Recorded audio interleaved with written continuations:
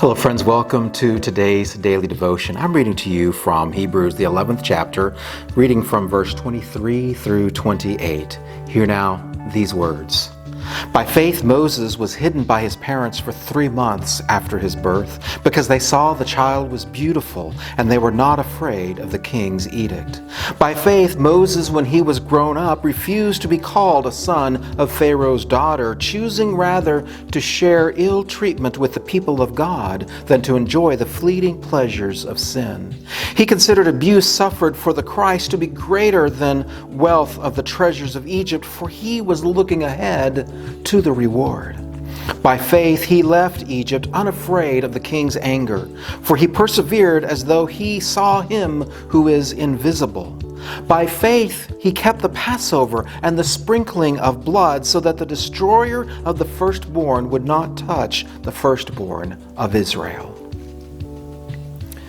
Here the writer of Hebrews is giving a very quick summary of the life of Moses. Moses is probably one of the greatest heroes of the Hebrew people, and it is through faith that Moses did what he did. Now, I think that Moses was probably a very complicated man. He is not one that we can just put the Charlton Heston picture from Cecil B. DeMille's 10 Commandments into our minds and say, oh yeah, I understand Moses. I think Moses was just every bit as complex a person as you or I are. And I think Moses wrestled with this idea of faith a lot.